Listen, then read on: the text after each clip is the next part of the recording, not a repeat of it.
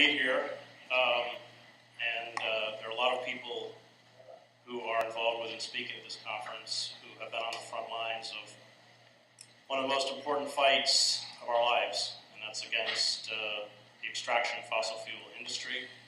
I'm often accused, probably not inappropriately, of being bleak, and people ask what gives me hope, and it's people like you who give me hope. So it's an honor to be here.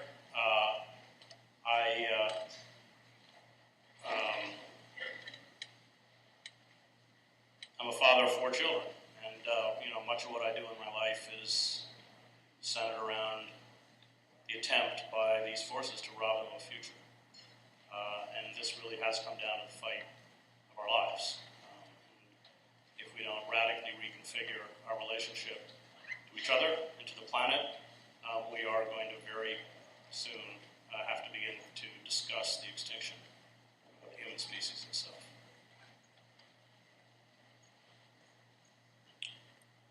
I have walked through the barren remains of Babylon in Iraq and the ancient Roman city of Antioch, the capital of Roman Syria, which now lies buried in silt deposits.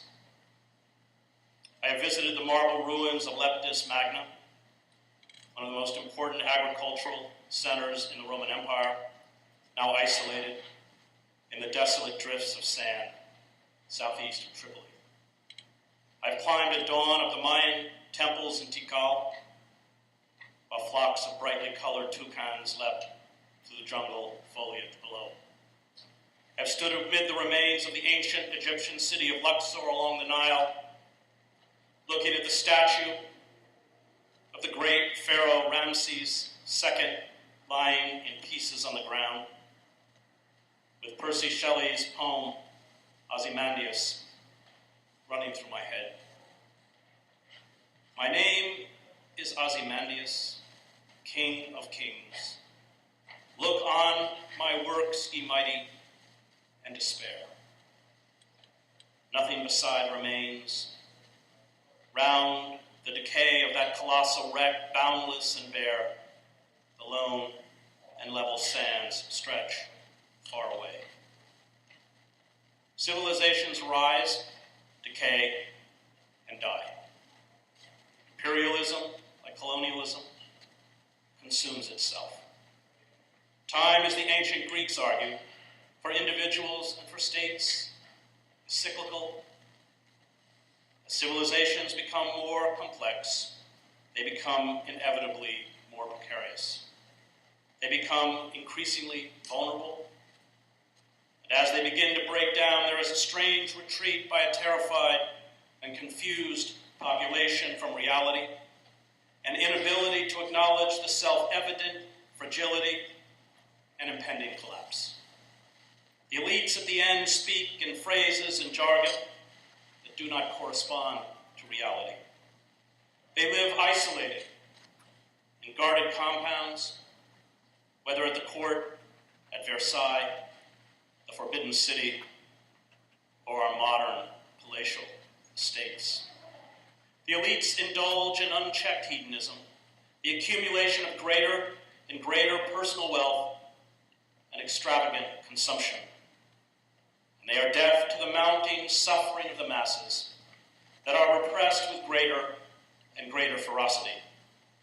Life becomes about accumulating as much, as fast as you can on the way down. Resources are ruthlessly depleted until they are exhausted, and then the hollowed out edifice collapses. The Roman and Sumerian empires fell this way. The Mayan elites, after clearing their forests and polluting their streams with silt and acids, retreated backwards. As food and water shortages expand across the globe, as we engage in dirtier and more environmentally destructive forms of extracting natural resources, especially fossil fuels, as poverty and misery triggers uprisings and street protests in the Middle East, Africa, and Europe, the elites do what all elites do. They build a pervasive security and surveillance apparatus to protect themselves and those who plunder and destroy on their behalf. They launch endless wars, which for them means endless profits. They construct grander monuments to themselves. They plunge their nations deeper into debt. And as the edifice around them shakes and unravels, they take it out on the backs of workers and the poor. They drive them harder and harder to maintain a level of consumption and a level of profit that is unsustainable. The collapse of the global economy, which wiped out a staggering $40 trillion in wealth, was caused when our elites, after destroying our manufacturing base, sold massive quantities of fraudulent mortgage-backed securities to pension funds, small investors, banks, universities, state and foreign governments, and shareholders. The elites, to cover the losses, then looted the public treasury to begin the speculation over again. They also, in the name of austerity, began dismantling basic social services, set out to break the last vestiges of unions, slashed jobs, froze wages, threw millions of people out of their homes, and stood idly by as we created a permanent underclass of unemployed and unemployed. And this is how all civilizations ossify and die, and ours is no exception. We are far down the road of self-immolation. We have obliterated 90% of the large fish in the oceans and wiped out half of the mature tropical forests, the lungs of the planet. At this rate, by 2030, only 10% of the Earth's tropical forests will remain. Contaminated water kills 25,000 people a day around the globe. And each year, some 20 million children are impaired by malnourishment. Huge parts of the planet beset with overpopulation, droughts, soil erosion, freak storms, massive crop failures, and rising sea levels will be unfit for human existence. And in a mad bid to capitalize on the last remains of fossil fuels, we carry out vast extraction industries in places like the tar sands that drive this suicidal fury at warp speed. Jared Diamond, in his essay, The Last Americans, notes that by the time Hernan Cortez reached the Yucatan, millions of Mayan subjects had vanished.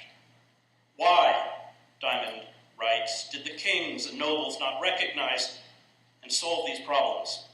A major reason was that their attention was evidently focused on the short-term concerns of enriching themselves, waging wars, erecting monuments, competing with one another, and extracting enough food from the peasants to support all these activities. Pumping that oil, cutting down those trees, and catching those fish may benefit the elite by bringing them money or prestige, and yet be bad for society as a whole, including the children of the elite in the long run, Diamond went on. Mayan kings were consumed by immediate concerns for their prestige, requiring more and bigger temples, and their success in the next war, requiring more followers, rather than for the happiness of commoners or the next generation. Those people with the greatest power to make decisions in our society today regularly make money from the activities that may be bad for society as a whole and for their own children. Those decision makers include Enron executives, many land developers, and advocates of tax cuts for the rich. It was no different on Easter Island. The inhabitants, when they first settled the 64-square-mile island during the 5th century, found abundant fresh water and woods filled with Chilean wine palm, a tree that can reach the size of an oak. Seafood, including fish, seals, porpoises, and turtles, and nesting seabirds were plentiful. Easter Island society, which split into an elaborate caste system of nobles, priests, and commoners, had within 5 or 6 centuries swelled to some 10,000 people. The natural resources were devoured and began to disappear. Forest clearance for the growing of crops would have led to population increase, but also to soil erosion and decline of soil fertility. Paul Bahn and John Fenley write in Easter Island, Easter Earth. Progressively more land would have to be cleared. Trees and shrubs would also be cut down for canoe building, firewood, house construction, and for the timbers and ropes needed in the movement and erection of statues. Palm fruits would be eaten, thus reducing regeneration of the palm. Rats, introduced for food, could have fed on the palm fruits, multiplied rapidly, and completely prevented palm regeneration. The over-exploitation of prolific seabird resources would have eliminated those for all but the offshore islands. Rats could have helped in this process by eating eggs. The abundant food provided by fishing, seabirds, and rats would have encouraged rapid initial human population growth. Unrestrained human population increase would later put pressure on availability of land, leading to disputes and eventually warfare. Non-availability of timber and rope would make it pointless to carve further statues. A disillusionment with the efficacy of the statue religion in providing the wants of the people could lead to the abandonment of this cult. Inadequate canoes would restrict fishing to the inshore waters, leading to the further decline in protein supplies. The result could have been general famine, warfare, and collapse of the whole economy, leading to a marked population decline. Clans in the latter part of the Easter Island civilization competed to honor their ancestors by constructing larger and larger hewn stone images, which demanded the last remnants of the timber, rope, and manpower on the island. By the year 1400, the woods were gone, the soil had eroded and washed into the sea. The islanders began to fight over old timbers and were reduced to eating their dogs and what remained of the nesting birds. The desperate islanders developed a belief system that posited that the erected stone gods, the moai, would come to life and save them from disaster. This last retreat into magic, anthropologists call these crisis cults, characterizes all societies that fall into terminal decline. It is a frantic response to the loss of control, as well as despair and powerlessness. This desperate retreat into magic led to the Cherokee ghost dance, the doomed Take on Quay revolt against the Spanish invaders in Peru, and the Aztec prophecies of the 1530s. Civilizations in the last moments become self-deluded as reality becomes too bleak to be absorbed. The modern belief by evangelical Christians in the rapture, which does not exist in biblical literature, is no less fantastic. One that at once allows for the denial of global warming and of evolution, and the absurd idea that the righteous will all be saved, floating naked upwards into the arms of Jesus at the end of time. The blind faith that science and technology, which are morally neutral and serve human ambition, will make the world whole again, however, is no less delusional. We offer up our magical thinking in secular as well as religious form. Are the events of 300 years ago on a small remote island of any significance to the world at large? Bain and Flenley ask. We believe they are. We consider that Easter Island was a microcosm which provides a model for the whole planet. Like the Earth, Easter Island was an isolated system. The people there believed that they were the only survivors on Earth, all other land having sunk beneath the sea. They carried out for us the experiment of permitting unrestricted population growth, profligate use of resources, destruction of the environment, and boundless confidence in their religion to take care of the future. The result was an ecological disaster leading to a population crash. Do we have to repeat the experiment on this grand scale? Do we have to be as cynical as Henry Ford and say, history is bunk? Would it not be more sensible to learn the lesson of Easter Island history and apply it to the Earth Island on which we live? The signs of imminent devastation are undeniable. Common sense demands a radical new response, but the race toward massive species extinction, including our own, accelerates. Canada's environmental and regulations and civil liberties, like those in the United States, have been demolished. Fantasy and illusion, spectacle and entertainment fill our empty emotional and intellectual lives. Fear, manufactured by the state, keeps us compliant as the last vestiges of our civil liberties are stripped away. Paralysis grips us as we stumble towards oblivion.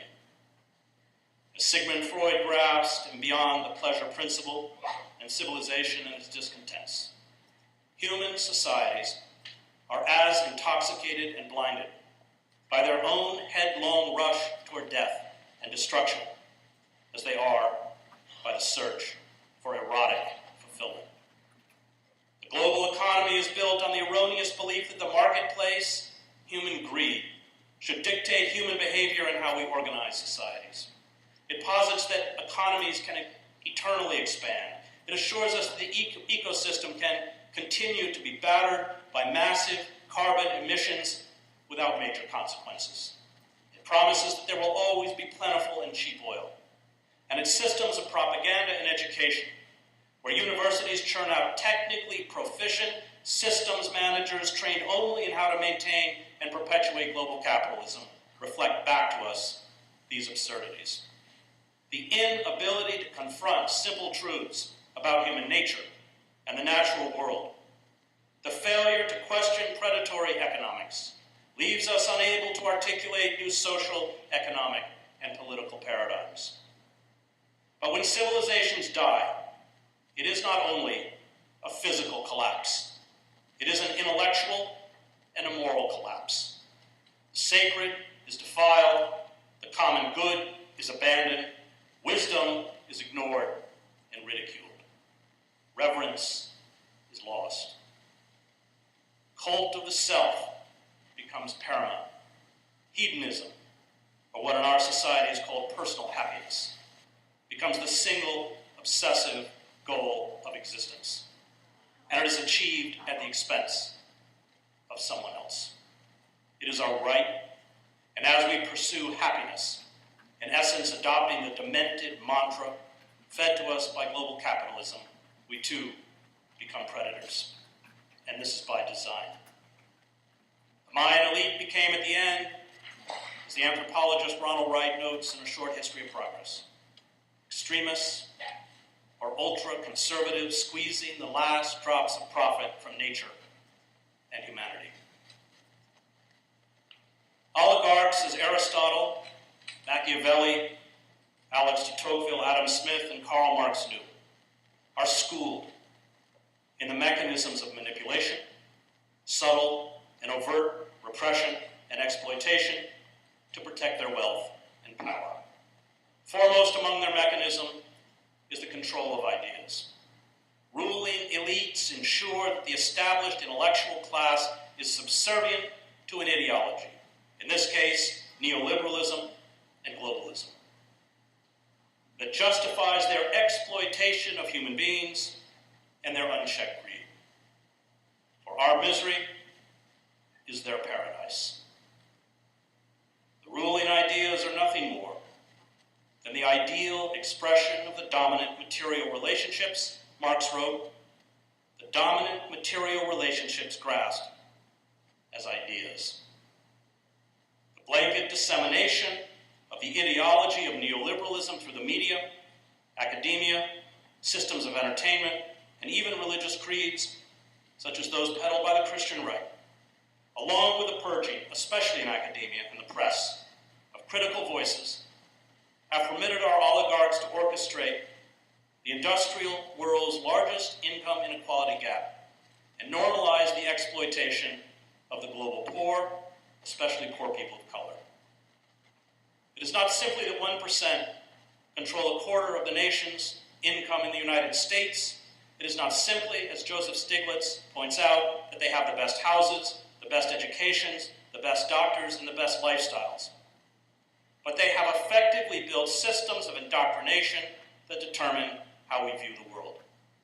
And until we shatter those systems of indoctrination, until we recover another language and another reality, we remain captive to these oligarchic elites. We remain submissive, not only through through the networks of global security, but through the power of ideas.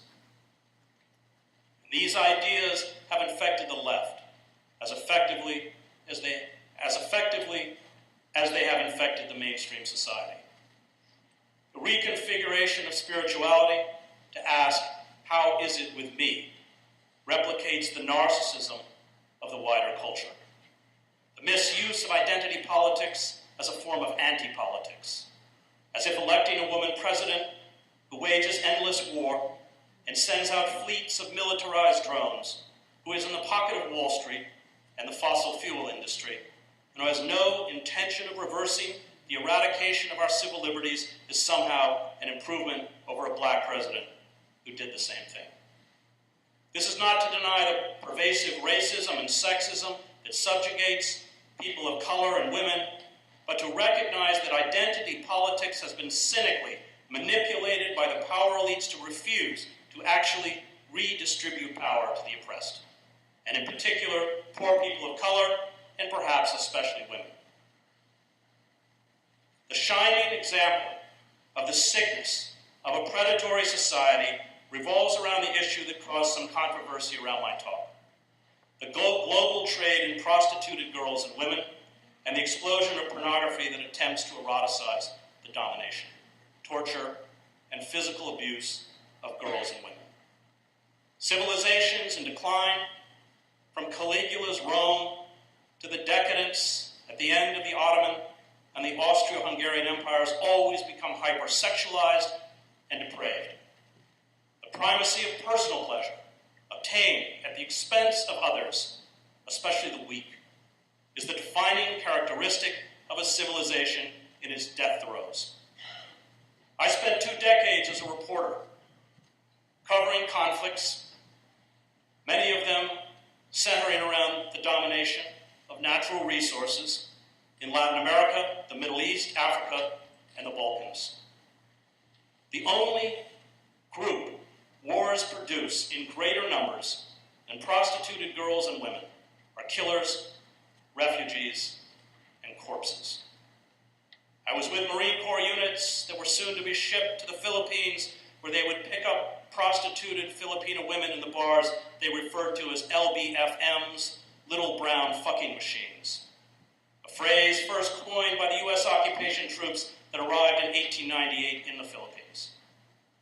Sexual violence directed at Asian women by white men, and any Asian woman in this room can tell you how unrelenting and commonplace such violence and sexual racism is a direct result of Western imperialism, just as sexual violence against Aboriginal women is a direct result of white colonialism.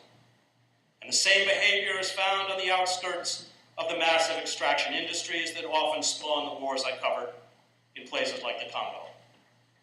This sexualized racism, however, is hardly limited to wars or extraction sites.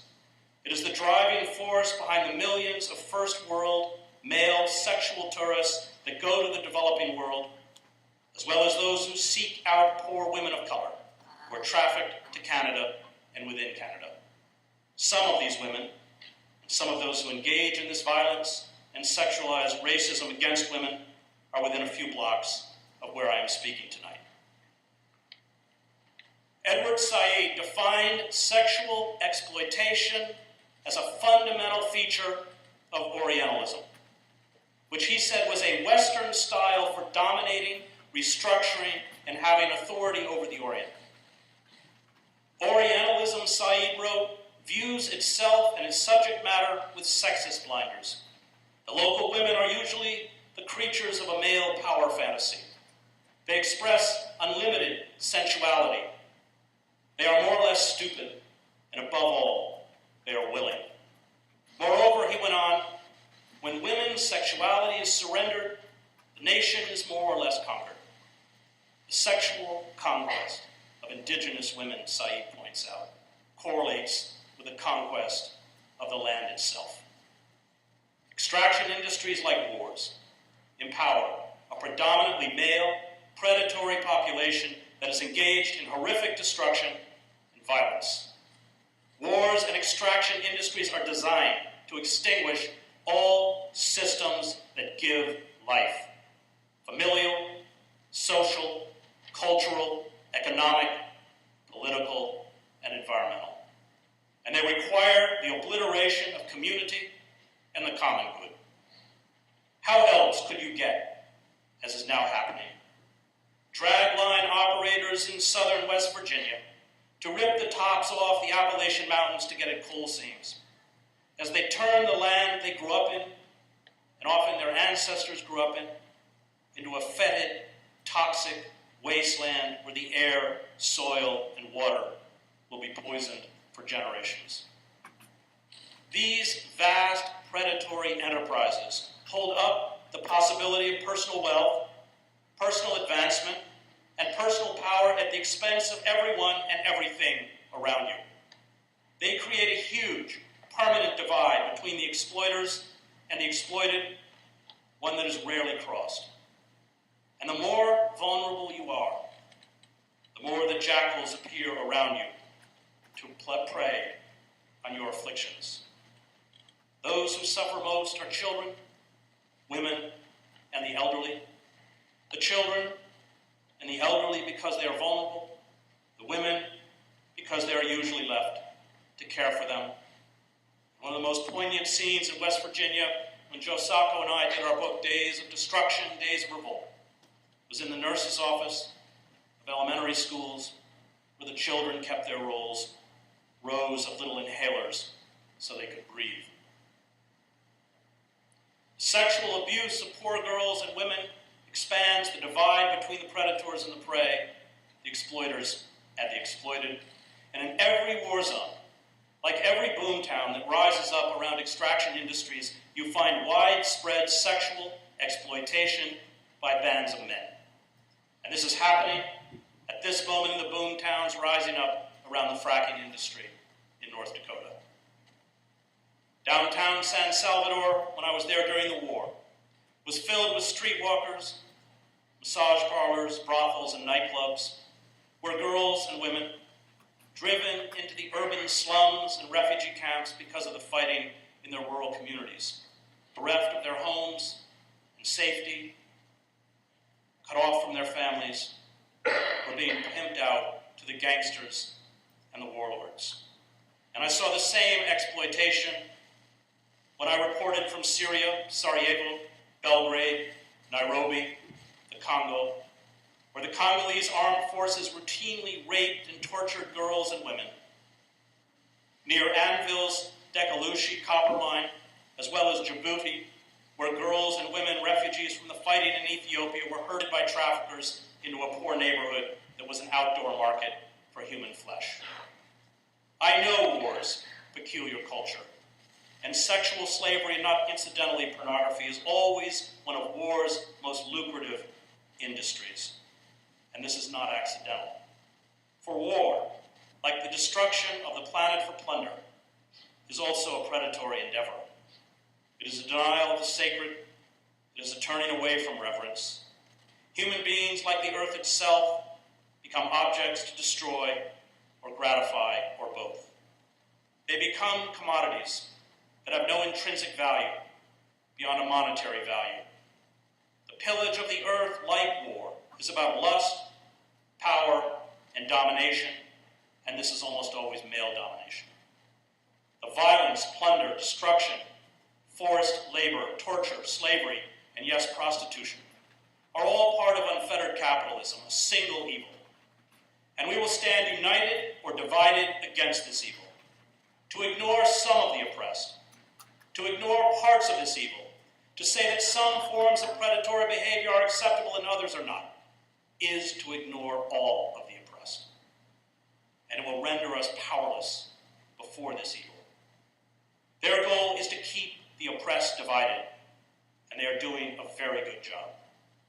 To counter these divisions, it is incumbent on all of us to empower the voices of women across the planet and support and build alliances with women's groups, including those here in Vancouver, such as Vancouver Rape Relief and Women's Shelter, Asian Women Coalition, Ending Prostitution, Native Women's Association of Canada, and Feminist Alliance for International Action, that are on the front lines of this struggle.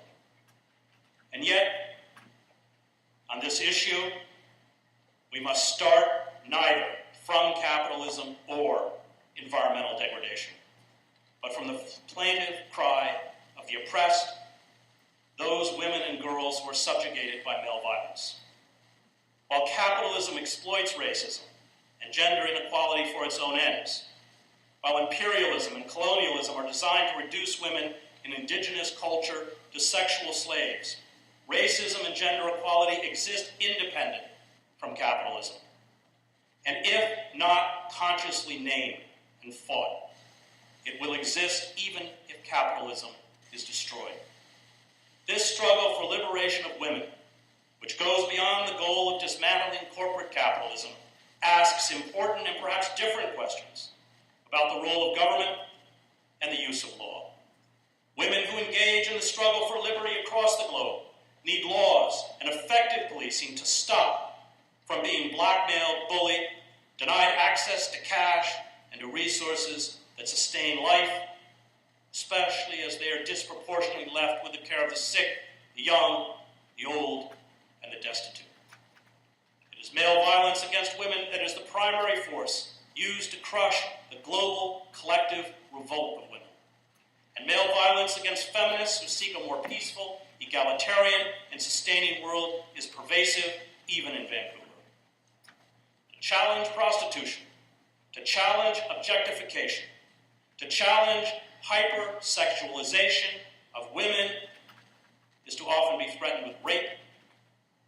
To challenge mining, to stand up to protect water, to assist a truth teller if you are a woman, is to be threatened with not only economic destitution, but violence leading to prostitution. We must, as activists, end that objectification of women and male violence.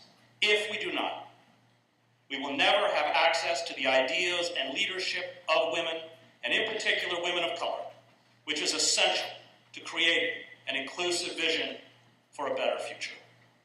So while we must decry violence and exploitation against all of the oppressed, we must also recognize that male violence against women, including prostitution and its porn promoter, is a specific and separate global evil. It is, yes, a tool of capitalism. It is often a product of imperialism and colonialism, but it finally exists outside of capitalism, imperialism, and colonialism. And it is a force that most men in general, and sadly most men on the left, refuse to acknowledge, much less fight. We cannot be free until we are all free. And this is why the struggle for women's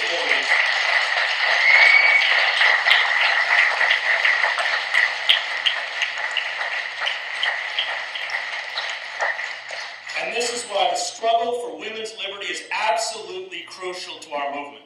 Without that freedom, we cripple ourselves.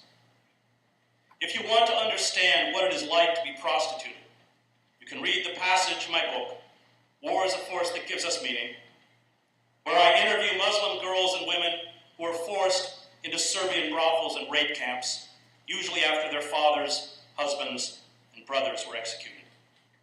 Or you can read a column I wrote called Recall to Life, where I conducted a lengthy interview with one of the women being prostituted on the streets of Camden, New Jersey, the poorest city in the United States, where I spent many weeks with the cartoonist Joe Sacco for our book, Days of Destruction, Days of Revolt.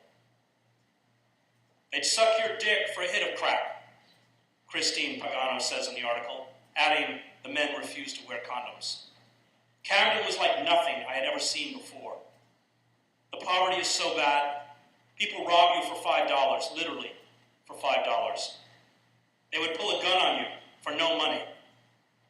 I would get out of cars, I would walk 5 feet up the road and get held up, and they would take all my money. The first time it happened to me, I cried an hour.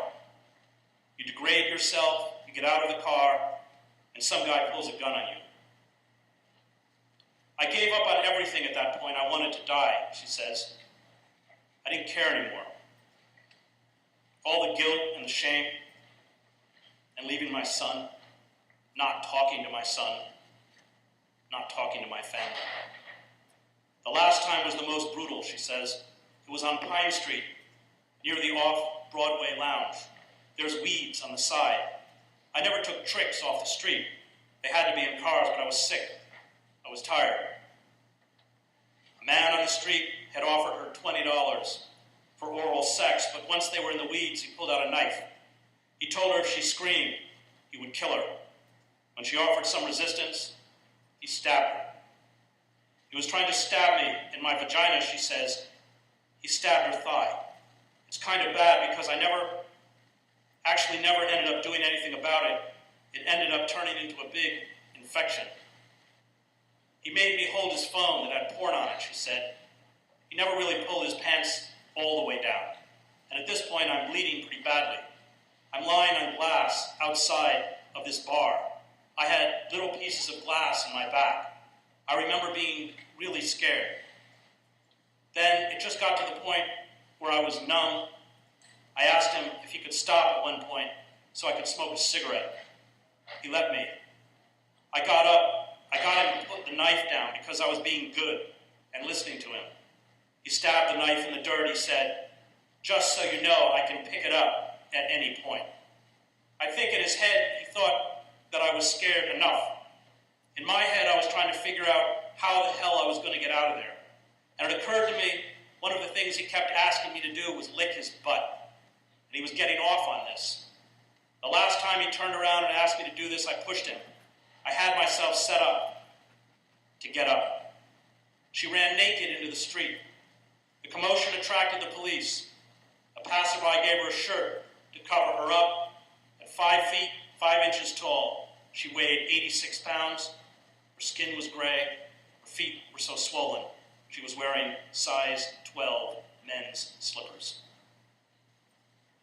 The years I spent as a war correspondent did not leave me untouched. I lost many of those I worked with, including Kurt Schork, with whom I covered the wars in Iraq, Bosnia, and Kosovo, to violence.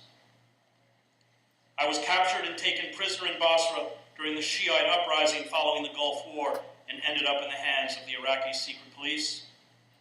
I know a little of what it means to be helpless and physically abused.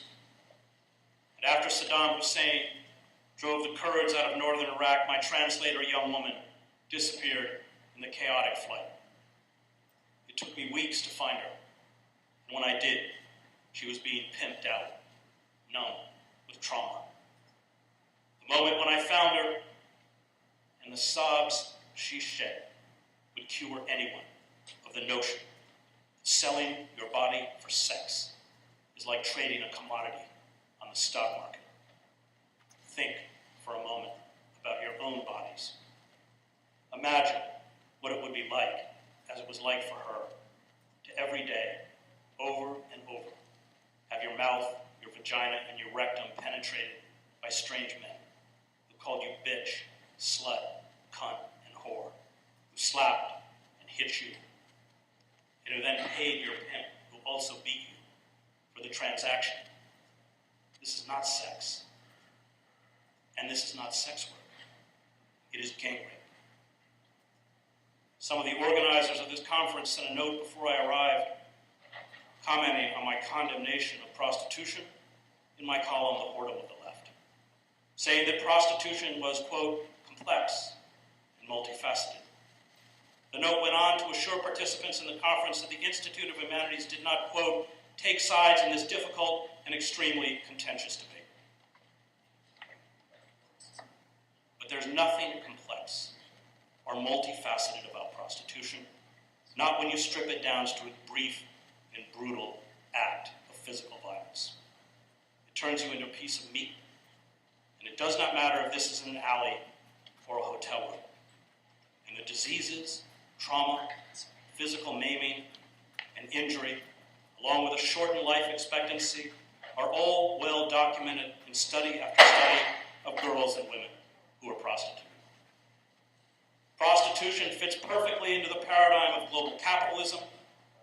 The physical scars, diseases, and shortened life expectancy of the miners I lived with in Siglo Bente, tin mine in Bolivia, most dying in middle age from silicosis, is yet another manifestation of the predatory nature of of capitalism. No one chooses to die of silicosis or black lung disease. No one chooses to sell his or her body on the street. You go into the mines like you go into prostitution, because global capitalism does not offer you another choice.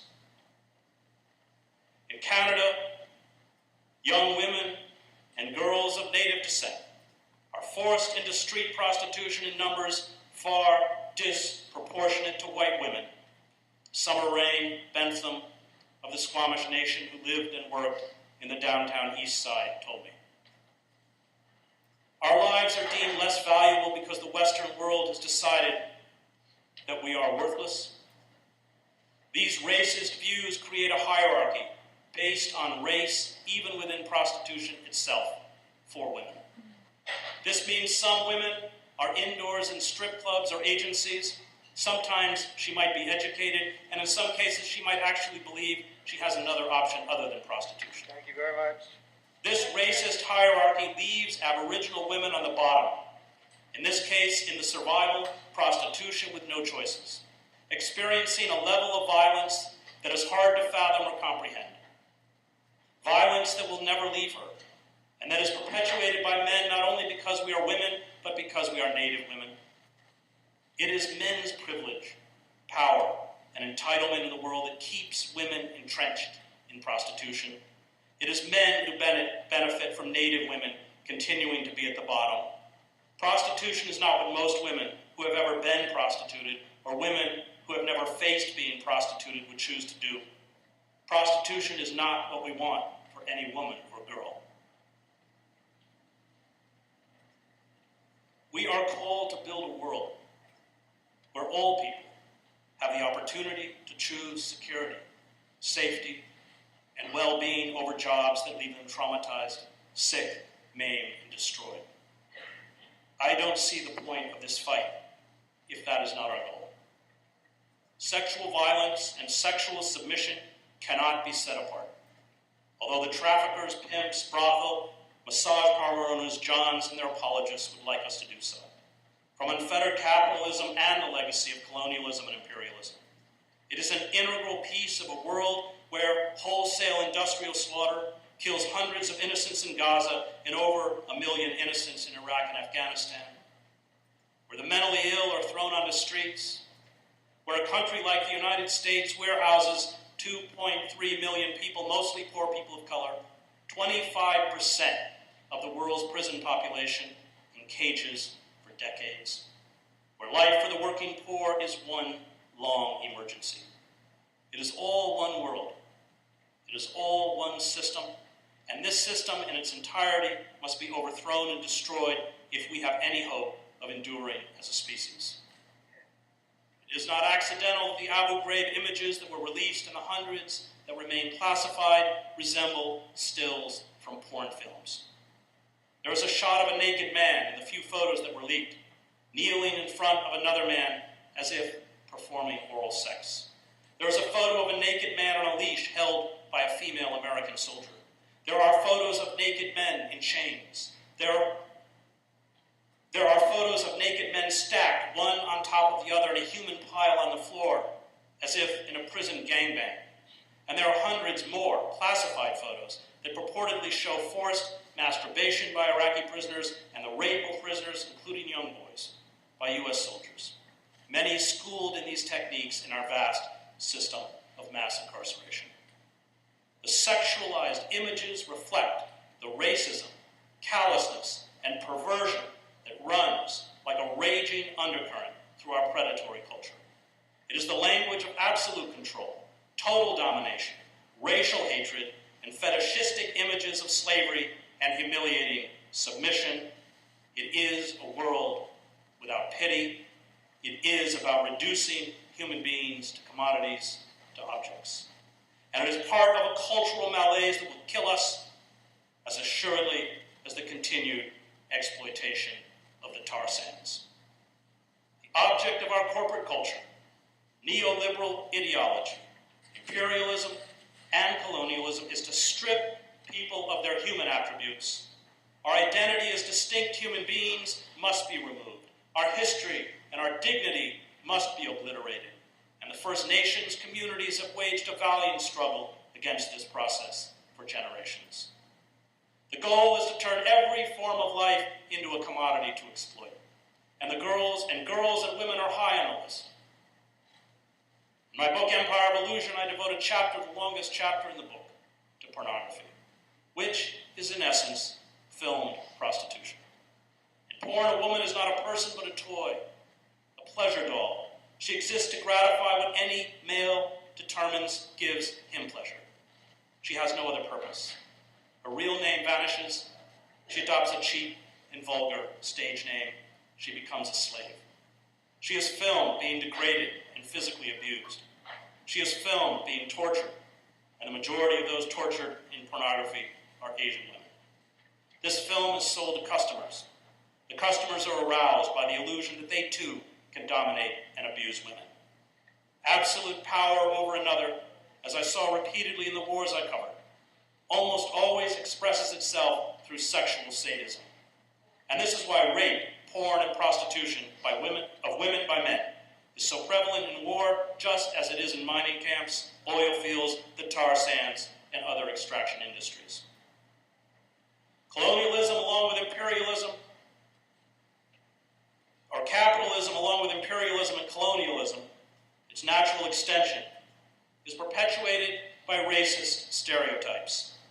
Some of you may have seen the film American Sniper, and you should watch the parody Canadian Sniper on YouTube if you haven't seen it, where Iraqis are turned into one-dimensional, evil human bomb portals that deserve to be gunned down by the hero in the film, even if they are women and children.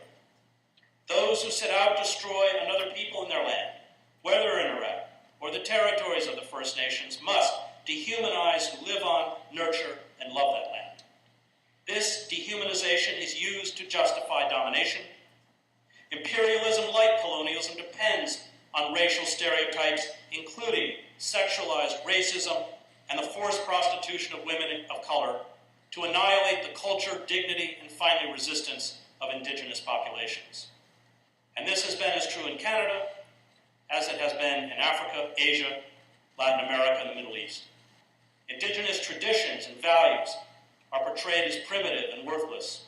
The oppressed are turned into subhumans, people whose lives do not really matter, who stand in the way of the glories of Western civilization and progress, people who deserve to be eradicated. And you can see this racism on display in porn. Black men are primitive animals, brawny and illiterate studs with vast sexual prowess. Black women are filled with raw, animalistic lust. Latin women are hot and racy. Asian women are meek, sexually submissive geishas. Porn, as Gail Dines writes, is the new minstrel show. It speaks in the racist camp that is the staple of the dominant white culture, and particularly male culture. What is done to girls and women through prostitution is a version of what is done to all of those who do not sign on to the demented project of global capitalism. And if we have any chance of fighting back, we will have to stand for all the oppressed, all those who have become prey. To fail to do this will be to commit moral and finally political suicide. To turn our backs on some of the oppressed is to fracture our power. It is to obliterate our moral authority. It is to fail to see that the entire system of predatory exploitation seeks to swallow and devour us all. To be a radical is to stand with all who are turned into objects, and especially girls and women who the global economy and much of the left has abandoned. Andrea Dworkin got it. Capitalism, she wrote, is not wicked or cruel when the commodity is the whore. Profit is not wicked or cruel when the alienated worker is a female piece of meat. Corporate blood-sucking is not wicked or cruel when the corporation in question, organized crime syndicates, sell cunt. Racism is not wicked or cruel when the black cunt, or yellow cunt, or red cunt, or Hispanic cunt, or Jewish cunt has her legs splayed for any man's pleasure. Poverty is not wicked or cruel when it is the poverty of dispossessed women who have only themselves to sell. Violence by the powerful against the powerless is not wicked or cruel.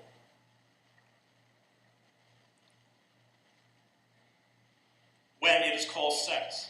Slavery is not wicked or cruel when it is sexual slavery.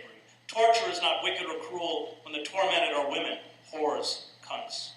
The new pornography is left-wing, and the new pornography is a vast graveyard where the left has gone to die. The left cannot have its whores and its politics too. The Europeans and Euro-Americans who conquered, exploited, and murdered indigenous communities were not only making war on a people and the earth, but on a competing ethic. The traditions of the First Nations and the pre-modern indigenous societies, the communal structures of these societies, had to be destroyed for colonists and global capitalists to implant the negative ethic of capitalism. In indigenous societies, hoarding at the expense of others was despised. And these societies all ate or none ate. Those who were respected were those who shared what they had with the less fortunate and who spoke in the language of the sacred. These older indigenous cultures held fast to the concept of reverence.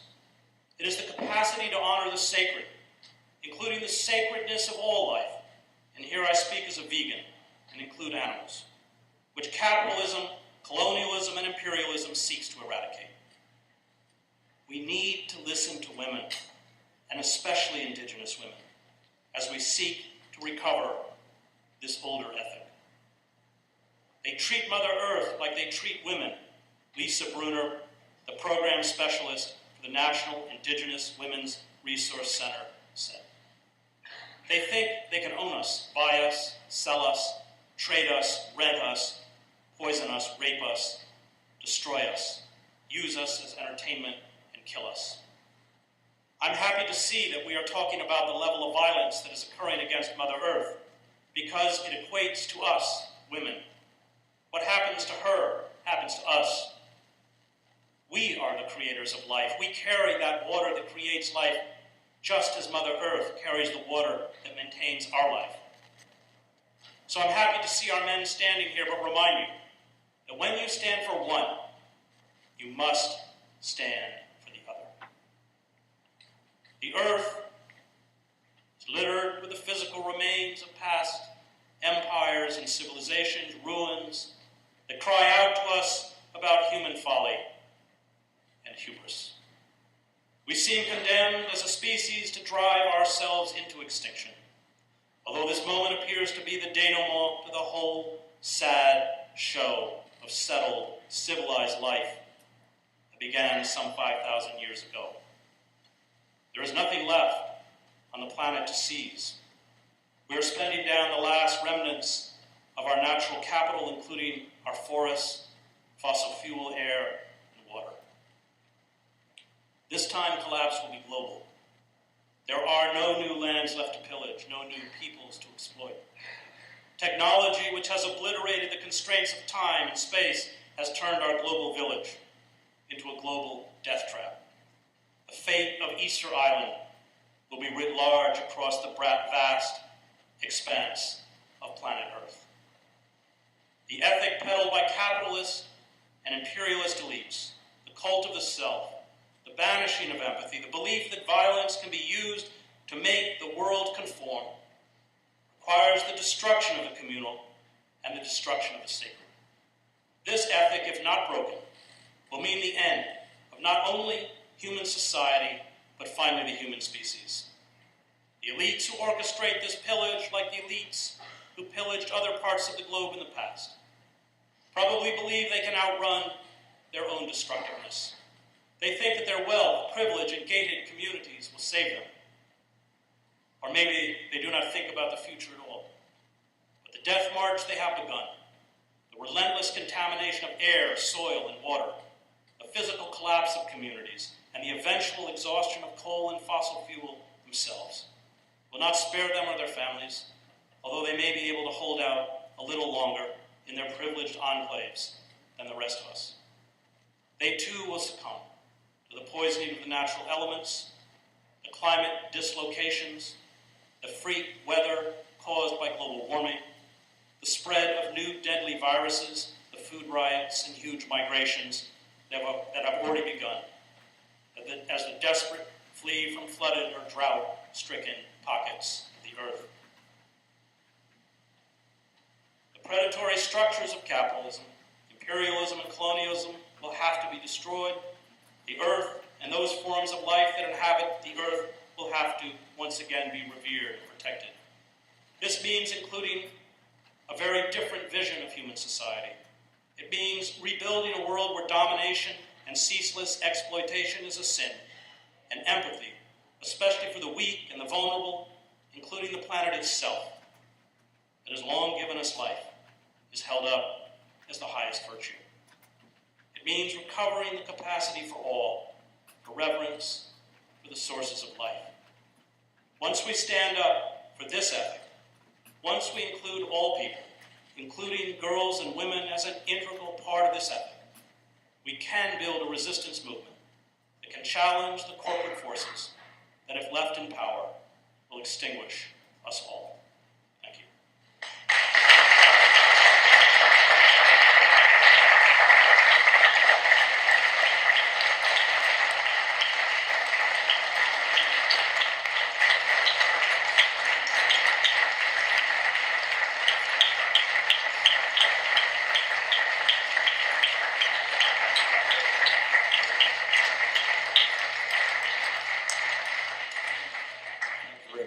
Chris Hedges, for a tremendously provocative talk, inspiring perhaps too, hopefully. So we do have about 20 minutes left for questions if there are people who would like to pose questions. We have a microphone in the center aisle there.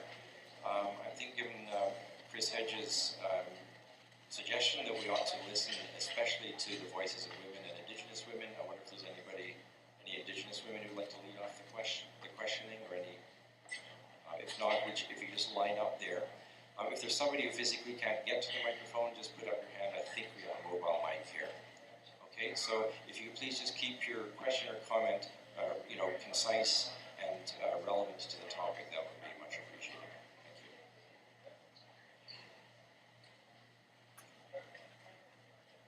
Hey, Chris. I read Hannah Arendt's On Revolution. And I'm curious, I mean, you give a very strong moral argument here. So does Hannah. Yeah, well, I admire that. But in On Revolution, she says that we need to be both pragmatic and moral. So, I mean, at least I don't know the whole history of the world, but I mean, prostitution has always been a part of our society. So is slavery. So is war. It's still evil. And you've also talked about not, I mean, there is no utopia, so what do we kind of, I admire the moral argument, and that's what I want to do with myself, but I don't know how to. I'm with Kant. If justice perishes, all meaning in life is gone. And we're called to fight for justice. It doesn't mean we're going to win. It doesn't mean that when we're gone there won't be injustice. It doesn't mean that at the end of our lives, the fight that we stood for empirically is worse. And Aaron would agree. It's a moral call. And to say that evil has always existed and therefore is to be tolerated is a form of despair and cynicism I will not engage in. Thank you. To start, I'd just like to express my profound appreciation and respect for your work and the man that you are. And my question would come along the lines of, in regards to prostitution, your last chapter in your novel, The World as It Is, you speak of the careerist. And admittedly, I would have to admit that I would have to acknowledge that I'm complicit and I'm a well-paid slave in the tar sands. And all this rings very true to me. Now, the strength that we have as tradespeople, we come from a union background. And that union background has allowed us to rise out of the oppression that we have suffered at the hands of the corporatocracy.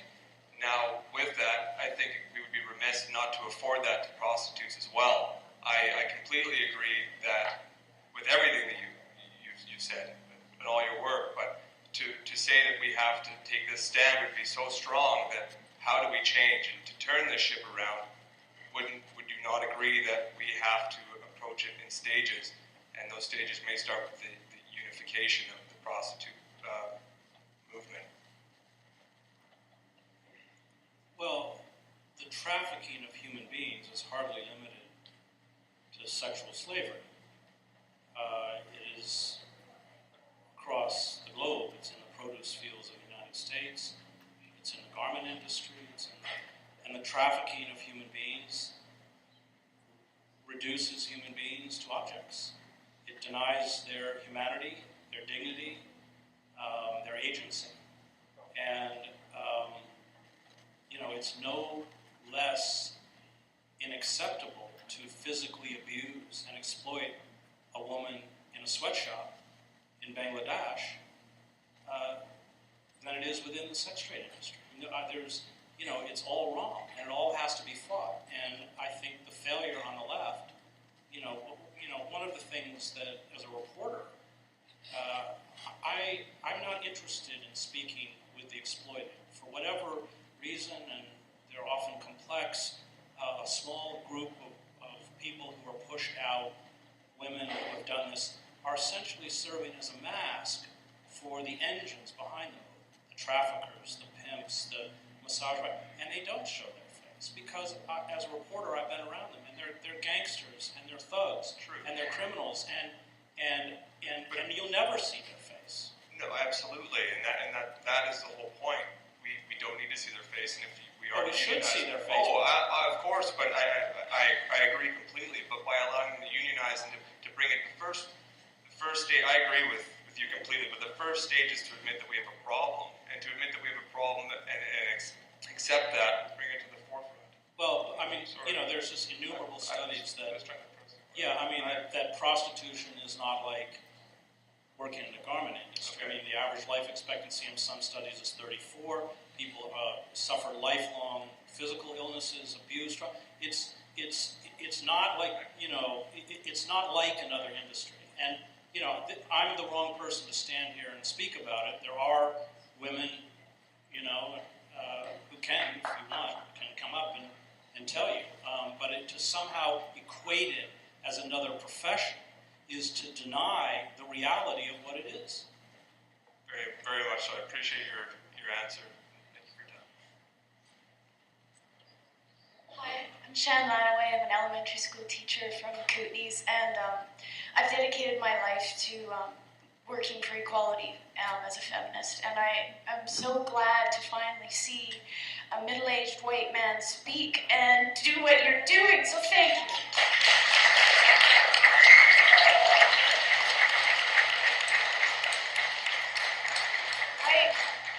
I really thought with Jack Layton and having a really strong role model in Canada that the White Ribbon Campaign, as I was an idealist younger feminist, thought that men would just jump at the opportunity to get involved in the White Ribbon Campaign. And I just wanted to ask you, with universities and the amount of rape culture that exists at UBC, I was at UBC today thinking all these women walking safely throughout this, provincial academic institute are happy and excited and safe until the sun goes down. There was a brutal rape in Strathcona. I don't know if you heard about it last night, in an apartment my sister and her girlfriend used to live in. A woman had her door open and a man came in, tied her down, raped her brutally, and if it wasn't for the community in that neighborhood, she could be probably dead. I just want to know, for the men, young and old, how you can encourage them to get excited and involved and get beyond their shame and get proactive in the movement to end violence against all women. Solution-based, fun, community, grassroots solutions where they don't feel attacked by white feminists, but they feel a part of the solution. And I really would ask you to give some really practical pointers to the younger role model men in this community. Well, the problem are the people who run the universities, because their job is to cover up this rape and deny the debate, which is why I was disinvited to speak, and then when activists like Lee Lakeman and others raised a storm, I was re-invited to speak. They posted on the website there was a rumor that I wasn't invited. That's just utterly disingenuous. I was disinvited. I was told not to come on this issue. And this is a whole idea that this kind of debate is unacceptable. I was supposed to speak to a class this afternoon, and they canceled it. And I find that a terrifying window into the complicity of this institution and most academic institutions in a culture of rape. My son was at a school with fraternities, and the job of the school administration was to make sure that the predators were hidden, and the handful of women who had the courage to stand up were vilified and persecuted. And that's true in universities in the United States and Canada and everywhere else. And these, this is an utter inversion of what an open community, academic community should be, and yet it's totally pervasive. Can I just say that Jack Layton sort of wanted to get men involved in leading their own sort of men's circles to heal their own impacts of patriarchy and then to go forward and end sexism and discrimination and racism. I don't think that really took off. But so can you just let me finish? I want you to tell the men in this room what the fuck to do. Okay? Because the problem is that the generation of my son have been raised on porn. They've been totally indoctrinated by porn, and we know that most of the porn users are adolescent men between the ages of 13 and 18. And as soon as they flick on the internet, it's the torture, physical abuse, degradation, and maiming of a woman that is eroticized. And I think that we are an utterly pornified culture.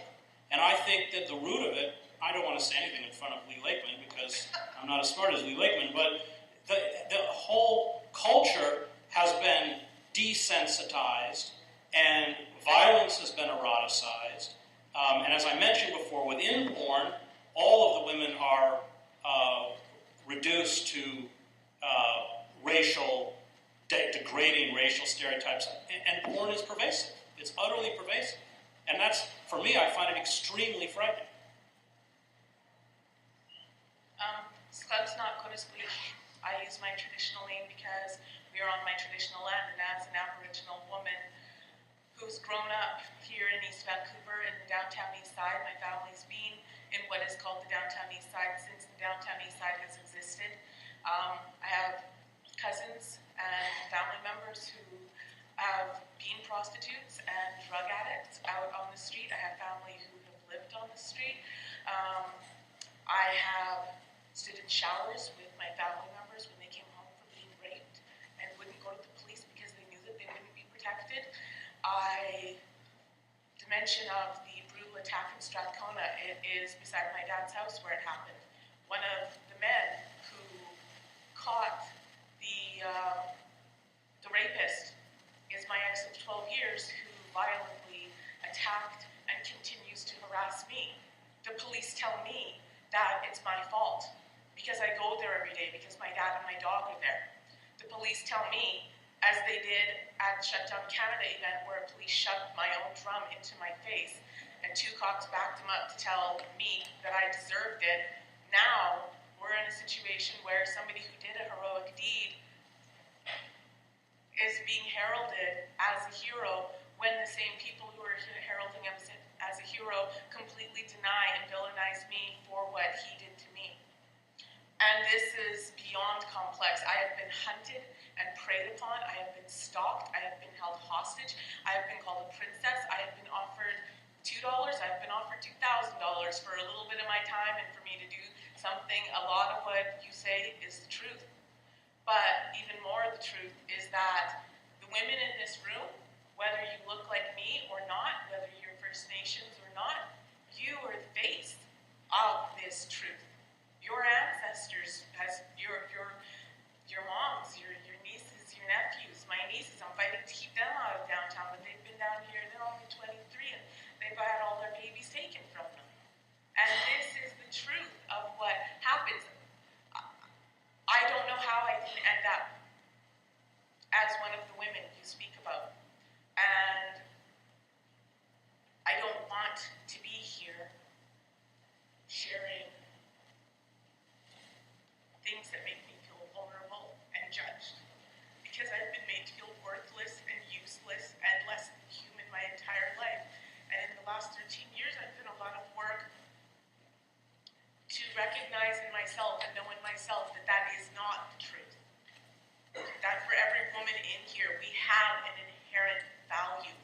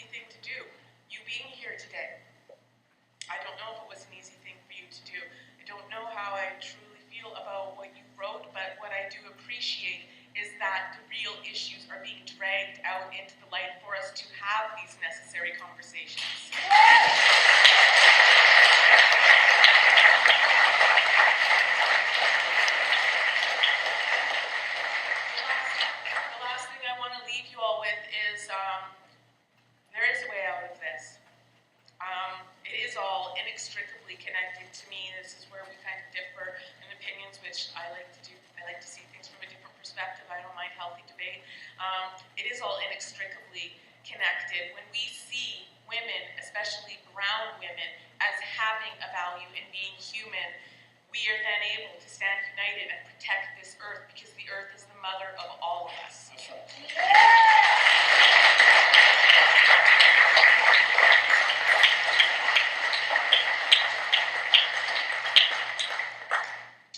I want to say two things. I want to answer the young man who was asking about unions. The plain fact is, if organizing prostitutes into unions would work to protect prostitutes or even their economic rights, every feminist in the world would be signing up to support that union. It's that it doesn't work. That's why we're not doing it. So that's the first thing I want to say. And to answer the man who was asking, the woman who was asking the teacher, what can men do? There isn't a man in this room who can't write a check. That's the first thing to do. I'm very serious. There are women's groups across the country that are trying to deal with violence against women who are cut off from any source of funds, and it's almost impossible to work. The Asian Women's Coalition has no money coming from any public source. They need you for you to be running them checks. Otherwise, how can they do this international work? Rape Relief and Women's Shelter begs every day. You see us on the streets. You know we beg for money. It's not fun to beg for money, but we'll do it because it proves that there's community support for the work that we do. We're visible. Begging and taking your money in order to be able to say, you better support us from government, because without government, we're just still strong. So that's the second thing. The first thing to do is write that check. But I also think you're seeing an example of what to do. We were surprised as feminists in Vancouver that Chris took this heat and made this speech tonight. And I am profoundly grateful for that, because I can't speak from that position of power, and he can. And most of you will sometime in your lives. Please speak this kind of truth.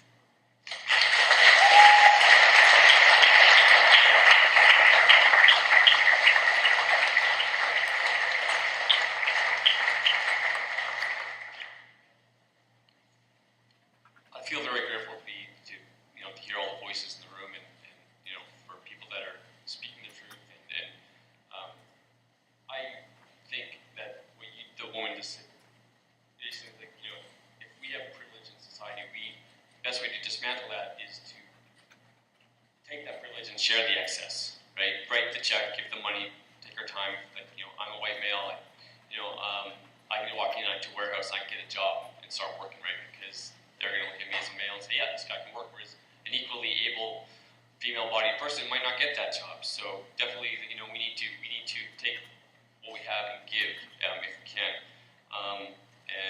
Chris, one of the things that you said in the speech is we need to listen to the voices of Indigenous women. We need to listen to women. We need to listen to the downtown east side.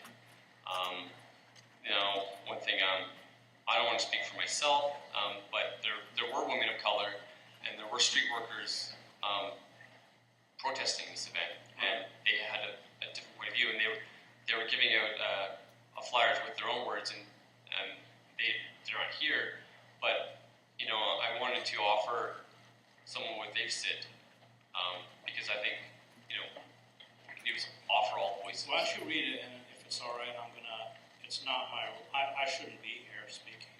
There are people who have dedicated their lives to this fight, Lee and Alice and others, and I find it kind of ridiculous that and they live in Vancouver. It's a lot less expensive to get them to come up here than it is to get me to come, and they know a lot more. But why don't you read it? But I'm going to ask first, Summer Rain. Would you respond to this? Well, why don't you come up? Read it. I'm not going to. I don't want to read the whole thing. I want to don't read the whole thing. There's a statement. I'm going to let her I just want to respond. share it and put it out. I'm not, asking for a direct response. Or it was a voice, and I think we should consider it. Okay. So this is Indigenous sex workers and their allies have said very clearly that criminalization of sex work only tightens the grip that the state has in their lives. The same state that has ignored the atrocity of 1,200 missing and murdered women and girls, as stated on the Indigenous Sex Sovereignty Collective website. And here's the quote: in anti-violence organizing, we have observed that state-led responses, new laws, increased policing, and social services are frequently seen as the best, but only way to create change. We instead call for solutions that address personal violence, such as targeted murders and disappearances, as well as systemic and legal violence, such as that perpetrated through the actions of police, social workers, and judiciary in maintaining colonial and new power relations. We call for solutions that move away from protectionist or rescue-oriented policies and practices adopted by colonial governments.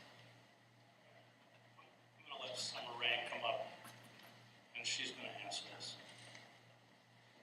I do think while Summer Rain's getting ready, there is a serious debate which we're all having about how much we can use law and criminal law in the situation of violence against women.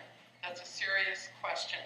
But I do remember, since I've been doing anti-violence work since 1973, that this very same debate was raised about whether or not it was okay to use criminal law against wife assault and against rape. And we are back having this debate again as to whether or not it's acceptable for women to call the police, expect a decent prosecution, and expect fair trials in the issue of violence against women.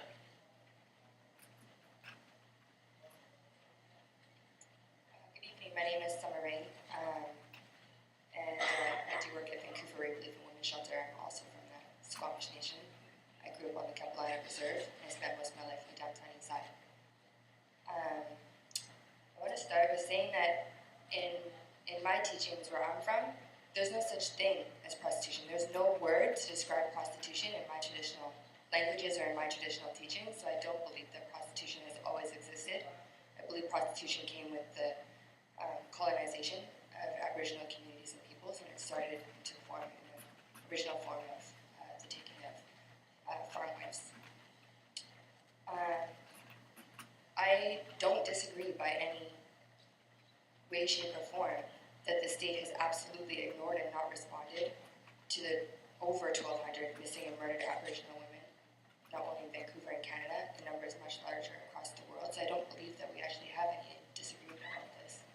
In no way, shape, or form is abolition or is my position calling for the increased state response or the over-reliance on state. I'm asking that the women and girls in prostitution are not arrested, are not charged, their children are not taken. They are provided opportunities for housing, for education, for childcare, for guaranteed livable income, that they can access transition houses and shelters and exiting services. What I'm asking for is that the men be accountable for their actions, for the violence. Those missing or murdered 1,200 Aboriginal women, that's mostly men. It's not women that are inflicting this harm, it's men. A lot of these women were left in very vulnerable situations, which is what we're trying to argue to change in today's state. What we're asking for is for the men, the pimps, the johns, the traffickers, the procurers, those are the ones we're asking to be arrested. And that's what the laws say right now. So I'm not asking for anything more than that. It's really the best response I have, I think, in order to this in particular question.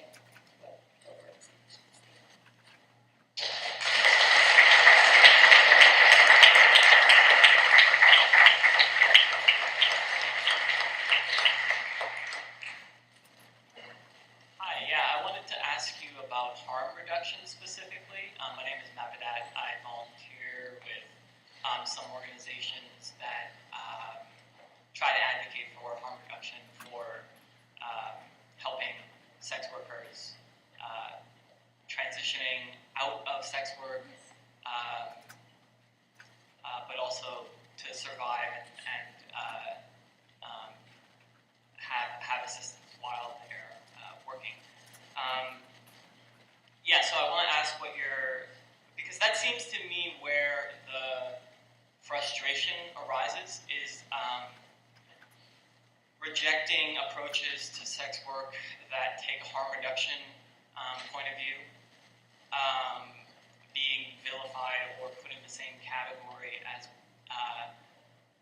people who are defending pimps or people who are defending prostitution or exploitative behaviors. Well,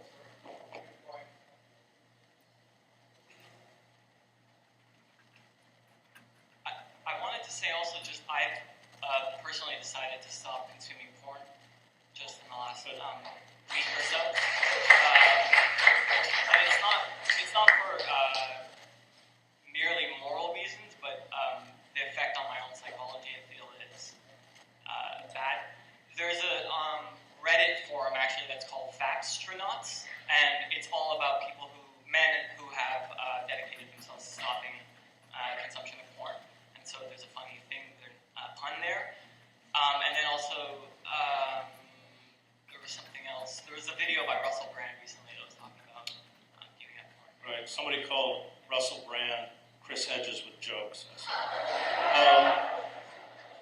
Okay.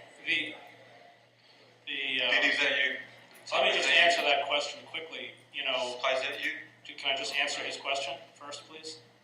Why is that? Because he asked a question.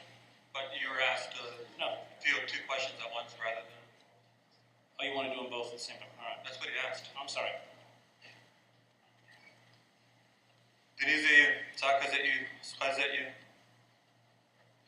My name is August. I'm hereditary chief of the Laksamasu people up north, and we're standing in the way of pipelines, and we know what violence is about. We've endured violence our entire lives. I myself, during this, I really did want to come here because I've seen you talk before, and I remember how triggering it is. I've experienced sexual abuse as a child by men. And it really bothers me that people have to be subjected to emotional and verbal violence to get a point across. It bothers me that the last person to speak here, before you came on stage, spoke in the most eloquent, spiritual way that supported human life, that supported moralities, the moral standards that a lot of people on this planet actually hold. I feel re-traumatized. And I got up and I couldn't handle it anymore. I went out in the hallway for a while. And I was suddenly surrounded by all these other people who were re-traumatized as well. Violence against humans shouldn't be exploited in any way, shape, or form.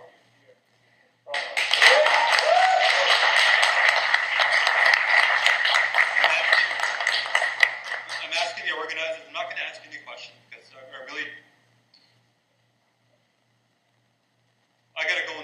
gotta go and do some ceremony repairs after I'm done here.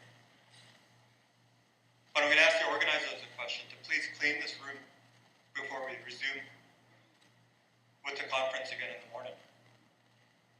There's a lot of bad energy here. We fight a resistance up north against pipelines with good medicine.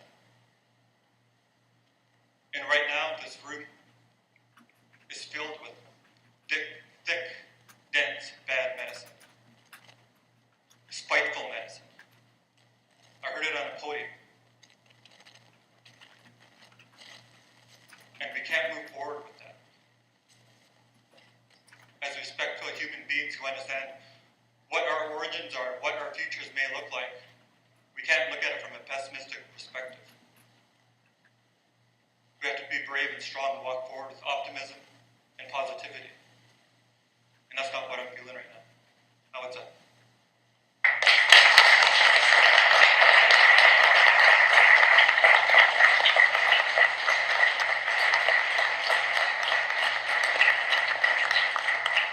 Well, to address the last speaker, I could not disagree with him more.